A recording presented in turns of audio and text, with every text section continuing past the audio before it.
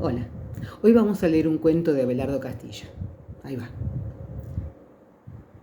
La vieja Tomasina, la partera, se lo dijo. «¿Estás preñada?», le dijo. Y ella sintió un miedo oscuro e indefinible. Llevar una criatura adentro, como un bicho enrollado. Un hijo, que a lo mejor iba a tener los mismos ojos duros, la misma piel áspera del viejo. «¿Estás segura, Tomasina?», preguntó, pero no preguntó, asintió porque ya lo sabía. Siempre supo que el viejo iba a salirse con la suya. «Pero mija», dijo Tomasina, «llevo más partos vistos que potros tiene tu marido». La miraba.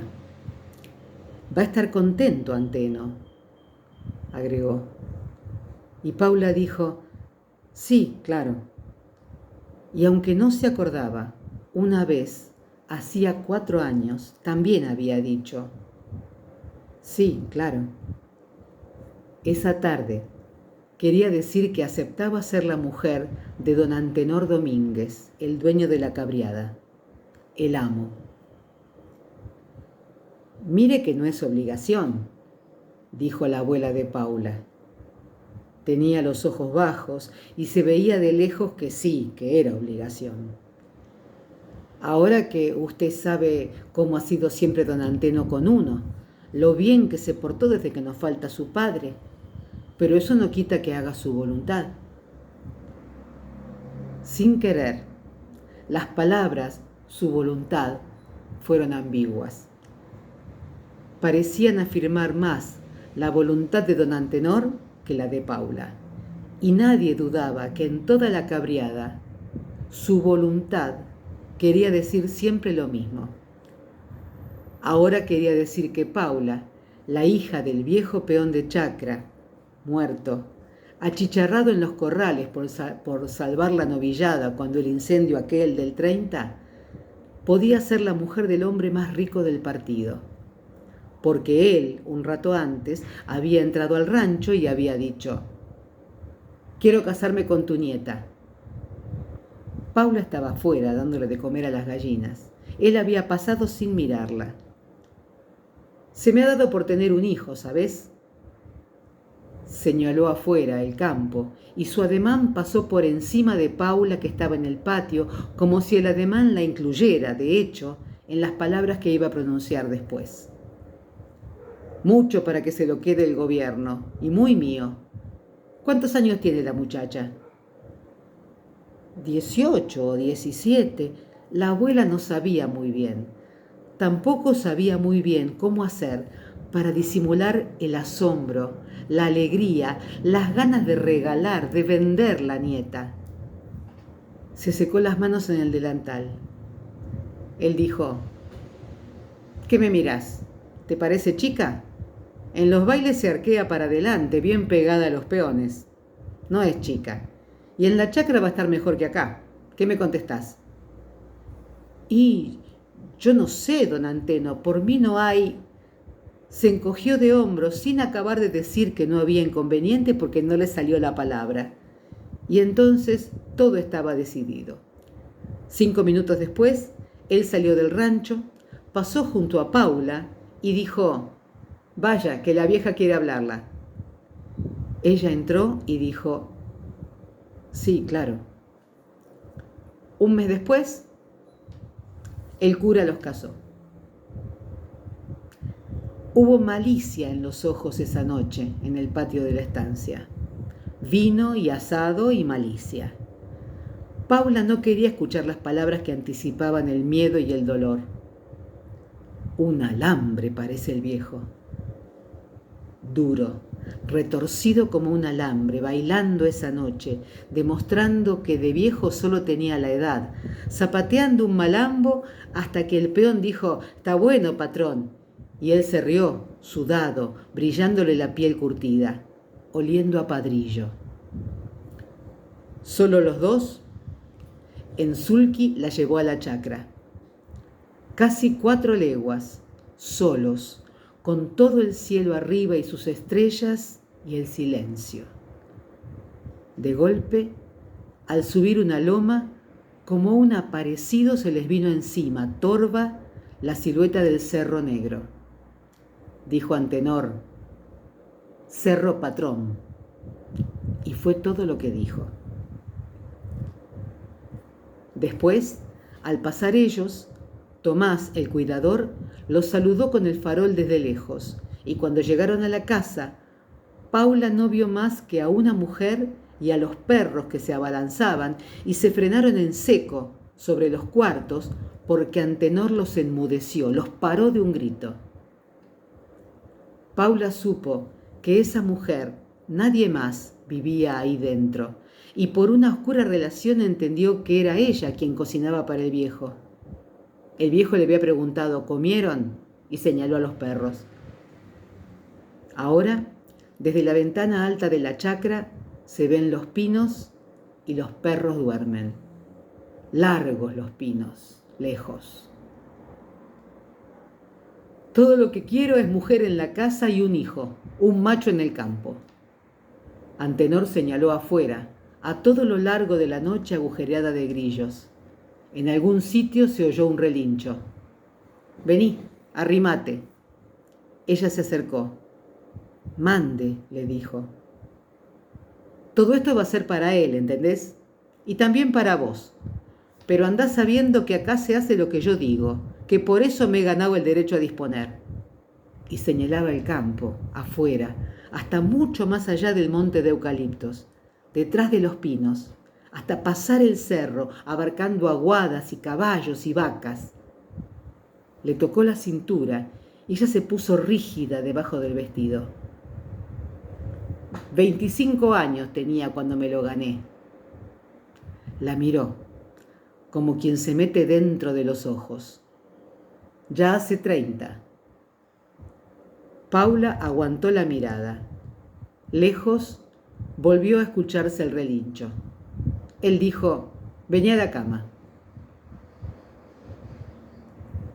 No la consultó, la tomó, del mismo modo que se corta una fruta del árbol crecido en el patio.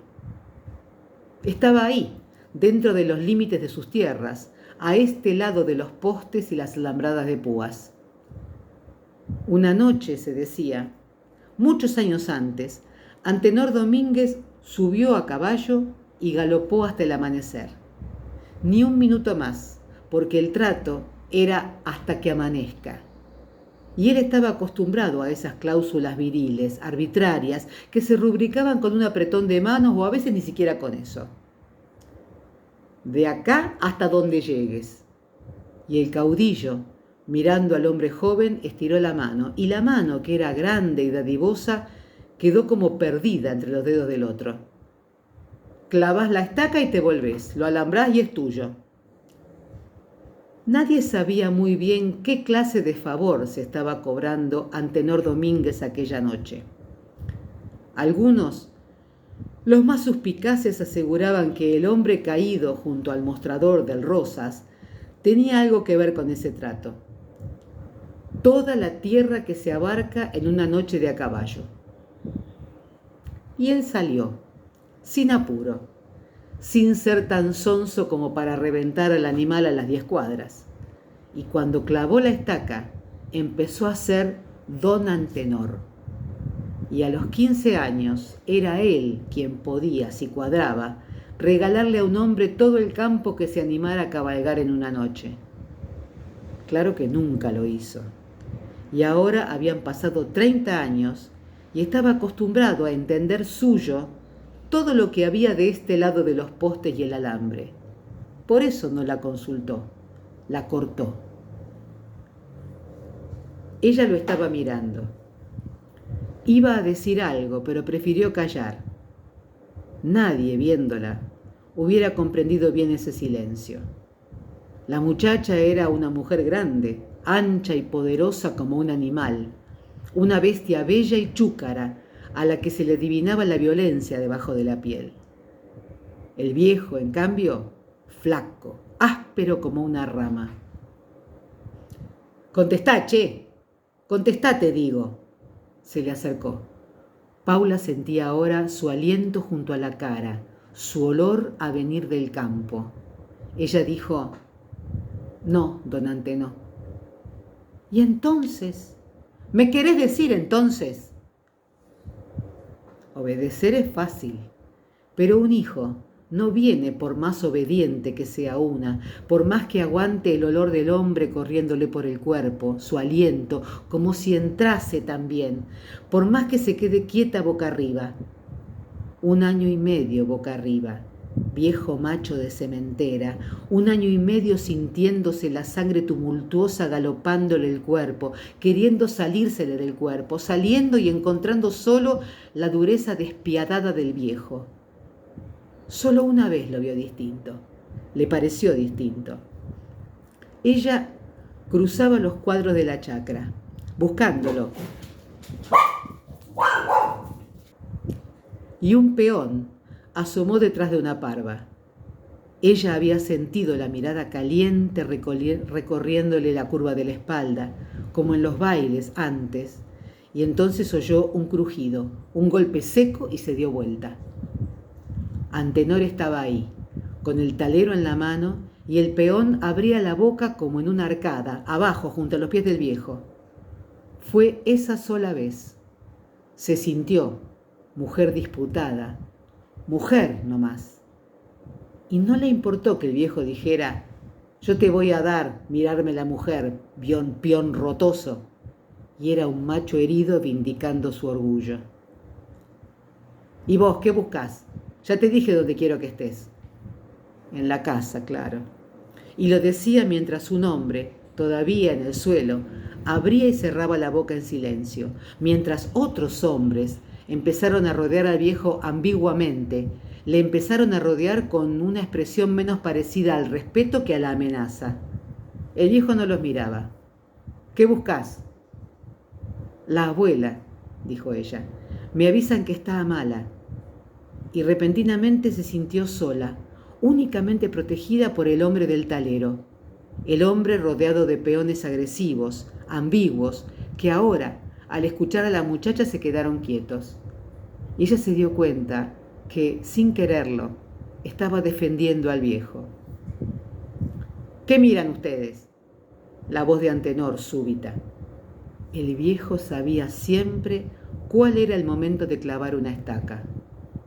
Los miró y ellos agacharon la cabeza. El capataz venía del lado de las cabañas, gritando alguna cosa. El viejo miró a Paula y de nuevo al peón, que ahora se levantaba, encogido como un perro apaleado. Si andás alzado, en cuanto me dé un hijo te la regalo.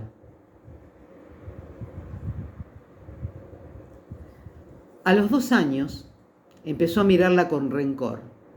Mirada de estafado, eso era. Antes había sido impaciencia, apuro de viejo por tener un hijo y asombro de no tenerlo. La mirada interrogante del viejo y ella que bajaba la cabeza con un poco de vergüenza. Después fue la ironía, o algo más brutal, más bárbaro, pero que se emparetaba de algún modo con la ironía y hacía que la muchacha se quedase con la vista fija en el plato durante la cena o el almuerzo. Después, aquel insulto en mitad del campo, golpeándole el rostro, prefigurando la mano pesada y ancha que alguna vez va a estallarle en la cara, porque Paula siempre supo que el viejo iba a terminar golpeando. Lo supo la misma noche que murió la abuela. O 40 y tantos, es lo mismo. Alguien lo había dicho en el velorio, 40 y tantos. Los años de diferencia querían decir. Paula miró de reojo a Antenor y él, más allá, hablando de unos cueros, adivinó la mirada y entendió lo que todos pensaban, que la diferencia era grande. Y quién sabe entonces si la culpa no era de él, del viejo. Volvemos a la chacra, dijo de golpe. Esa fue la primera noche que Paula le sintió olor a caña. Después, hasta la tarde aquella, cuando un toro se vino resoplando por el andarivel y hubo gritos y sangre por el aire y el viejo se quedó quieto como un trapo, pasó 1 año y Antenor tenía siempre olor a caña. un olor penetrante que parecía querer meterse en las venas de Paula, entrar junto con el viejo. Al final del tercer año quedó encinta.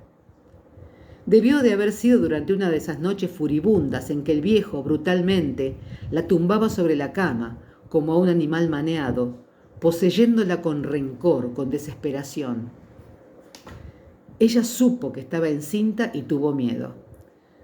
De pronto sintió ganas de llorar. No sabía por qué, si porque el viejo había salido con la suya o por la mano brutal, pesada, que se abría ahora, ancha mano de castrar y marcar, estallándole por fin en la cara. Contestame, yegua. El bofetón la sentó en la cama, pero no lloró. Se quedó ahí, odiando al hombre, con los ojos muy abiertos. La cara le ardía.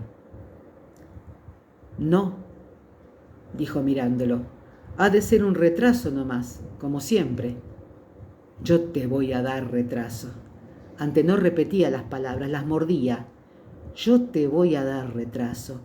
Mañana mismo le digo al Fabio que te lleve al pueblo, a casa de la Tomasina. Yo te voy a dar retraso. La había espiado seguramente. Había llevado cuenta de los días. Quizá desde la primera noche, mes a mes, durante los 3 años, llevó cuenta de los días. Mañana te levantás cuando aclare. Acostate ahora.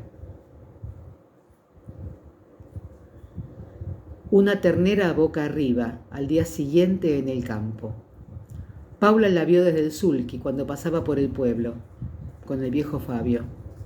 Olor a carne quemada y una gran A incandescente chamuscándole el flanco. Paula se reconoció en los ojos de la ternera. Al volver del pueblo, Antenor todavía estaba ahí, entre los peones.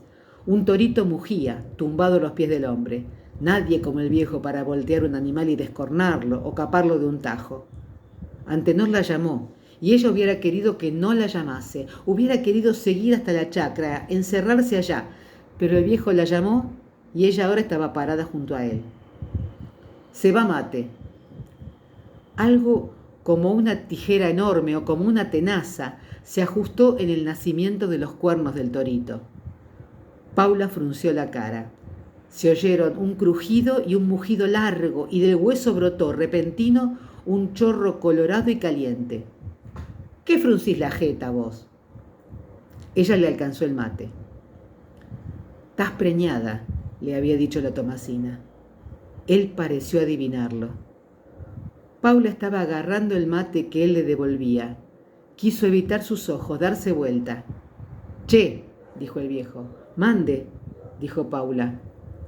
Estaba mirándolo otra vez, mirándole las manos anchas, llenas de sangre pegajosa. Recordó el bofetón tremendo de la noche anterior. Por el andarivel traían un toro grande, un pinto, que bufaba y hacía retemblar las maderas. La voz de Antenor, mientras desanudaba unas correas,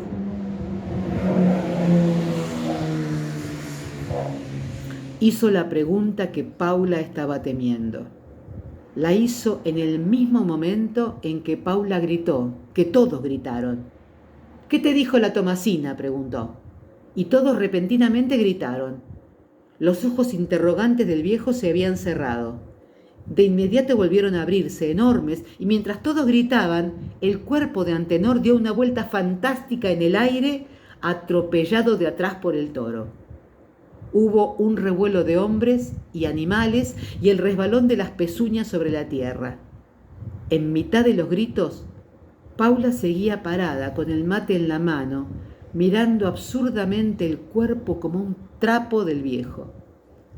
Había quedado allí, sobre el alambrado de púas, como un trapo puesto a secar. Y todo fue tan rápido que lo sobresaltó por encima del tumulto la voz autoritaria de Antenor Domínguez. «¡Ayúdenme, carajo!». Esta orden y aquella pregunta fueron las 2 últimas cosas que articuló. Después estaba allí siempre, tendido de espaldas sobre la cama, sudando, abriendo y cerrando la boca sin pronunciar palabra. Quebrado, partido como si le hubiesen descargado un hachazo en la columna, no perdió el sentido hasta más tarde. Solo entonces el médico aconsejó llevarlo al pueblo, a la clínica. Dijo que el viejo no volvería a moverse, tampoco a hablar.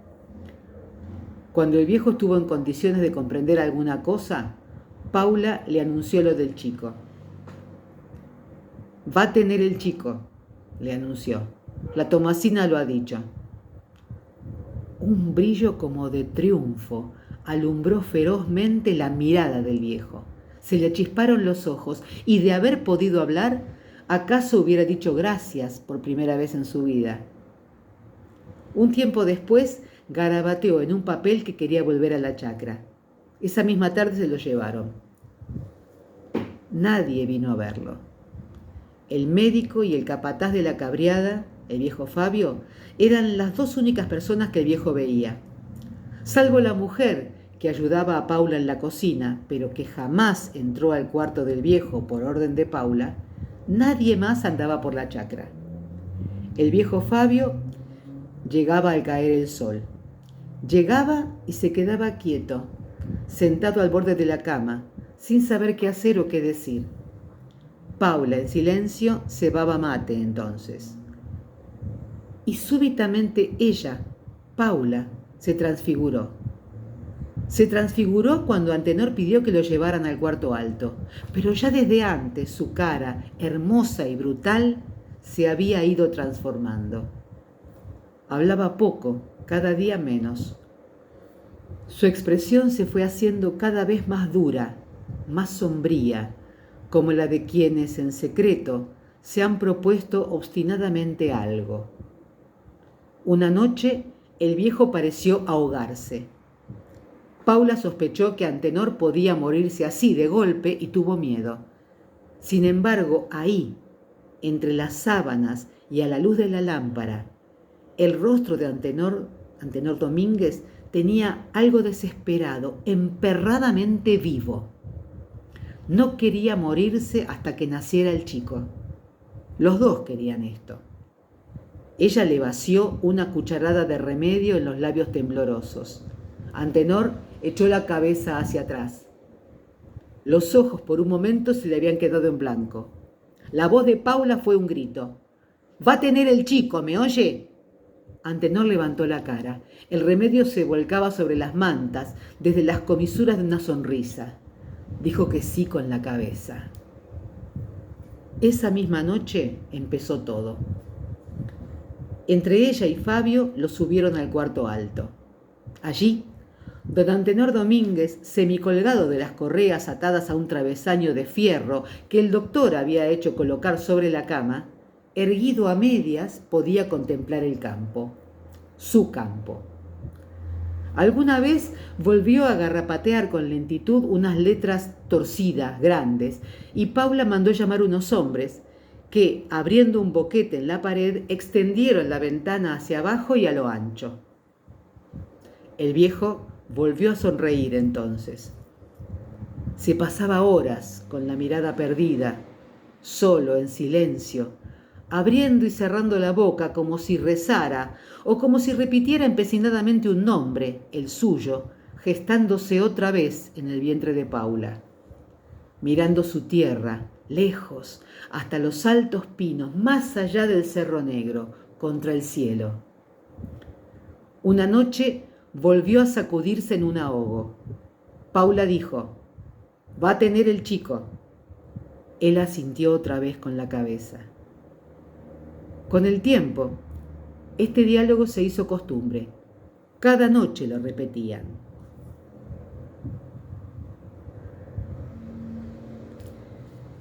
El campo y el vientre hinchado de la mujer, las dos únicas cosas que veía. El médico ahora solo lo visitaba si Paula, de tanto en tanto y finalmente nunca, lo mandaba llamar.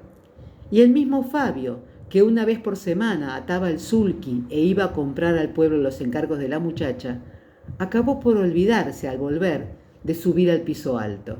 Salvo ella, nadie subía. Cuando el vientre de Paula era una comba enorme, tirante bajo sus ropas, la mujer que ayudaba en la cocina no volvió más. Los ojos de Antenor, interrogantes, estaban mirando a Paula. «La eché», dijo Paula. Después, al salir, cerró la puerta con llave, una llave grande que Paula siempre llevará consigo, atada a la cintura. Y Antenor tuvo que acostumbrarse también a esto. El sonido de la llave, girando en la antigua cerradura, anunciaba la entrada de Paula. Sus pasos cada día más lerdos, más livianos a medida que la fecha del parto se acercaba. Y después la mano que dejaba el plato y que Antenor no se atrevía a tocar.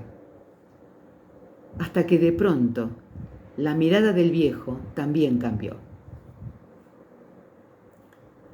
Tal vez alguna noche sus ojos se cruzaron con los de Paula, o tal vez simplemente miró su rostro. El silencio se le pobló entonces con una presencia extraña, amenazadora, que acaso se parecía un poco a la locura. Sí, tal vez alguna noche, cuando ella venía con la lámpara, el viejo miró bien su cara. Eso como un gesto estático, interminable, que parecía haberse ido fraguando en su cara, o tal vez solo en su boca, como si la costumbre de andar callada, apretando los dientes, mordiendo algún quejido que le subía en puntadas desde la cintura, le hubiese petrificado la piel. Una noche, cuando Antenor oyó girar la llave y vio proyectarse larga la sombra de Paula sobre el piso, antes de que ella dijera lo que siempre decía, intuyó algo tremendo. Súbitamente, una sensación que nunca había experimentado antes. De pronto le perforó el cerebro como una gota de ácido. El miedo. Un miedo solitario y poderoso, incomunicable. Quiso no escuchar, no ver la cara de ella, pero adivinó el gesto, la mirada, el rictus aquel de apretar los dientes. Ella dijo: «Va a tener el chico». Antenor volvió la cara hacia la pared. Después, cada noche la volvía. Nació en invierno. Era varón. Paula lo tuvo ahí mismo. No mandó llamar a la Tomasina. El día anterior le había dicho a Fabio que no iba a necesitar nada, ningún encargo del pueblo. «Ni hace falta que venga en la semana», dijo. Y como Fabio se había quedado mirándole el vientre, agregó: «Mañana o pasado ha de venir la Tomasina». Después pareció reflexionar en algo que acababa de decir Fabio. Él había preguntado por la mujer que ayudaba en la cocina. «No la he visto hoy», dijo Fabio. «Ha de estar en el pueblo», dijo Paula. Y como Fabio ya montaba, agregó: «Si lo ve al Tomás, mándemelo». Luego vino el Tomás, y Paula dijo: «Podés irte nomás a ver a tu chica. El Fabio va a cuidar la chacra esta semana». Desde la cama, arriba, Antenor pudo ver cómo Paula se quedaba sola junto al aljibe. Luego ella se metió en la casa y el viejo ya no volvió a verla hasta el día siguiente, cuando le trajo el chico. Antes, vuelto contra la pared, quizá pudo escuchar algún quejido ahogado y al acercarse la noche un grito largo retumbando entre los cuartos vacíos. Por fin nítido, el llanto triunfante de una criatura. Entonces, el viejo comenzó a reírse como loco. De un súbito manotón se aferró a las correas de la cama y quedó sentado, riéndose. No se movió hasta mucho más tarde. Cuando Paula entró al cuarto, el viejo permanecía aún en la misma actitud, rígido y sentado. Ella lo traía vivo y Antenor pudo escuchar la respiración de su hijo. Paula se acercó. Desde lejos, con los brazos muy extendidos y el cuerpo echado hacia atrás, apartando la cara, ella le dejó al chico sobre las sábanas, junto al viejo, que ahora ya no se reía. Los ojos del hombre y la mujer se encontraron luego. Fue un segundo. Paula se quedó allí, inmóvil, detenida ante los ojos imperativos de Antenor. Como si hubiera estado esperando aquello, el viejo de pronto soltó las correas y tendió el brazo libre hacia la mujer. Con el otro se apoyó en la cama para no aplastar al chico. Desesperadamente sus dedos rozaron la pollera de Paula, pero ella, como si también hubiera estado aguardando el ademán, se echó hacia atrás con violencia. Retrocedió unos pasos. Arrinconada en un ángulo del cuarto, al principio lo miró con miedo. Después no. Antenor había quedado grotescamente caído hacia un costado. Por no aplastar al chico, estuvo a punto de rodar fuera de la cama. El chico comenzó a llorar nuevamente. El viejo quiso reincorporarse, pero no pudo. Durante un segundo se quedó así, con la boca abierta en un grito inarticulado y feroz, una especie de estertor mudo, impotente, tan salvaje, sin embargo, que de haber podido gritarse, habría conmovido la casa hasta los cimientos. Cuando Paula salió del cuarto, volvió la cabeza. Antenor estaba sentado nuevamente. Con una mano se aferraba a la correa, con la otra sostenía a la criatura.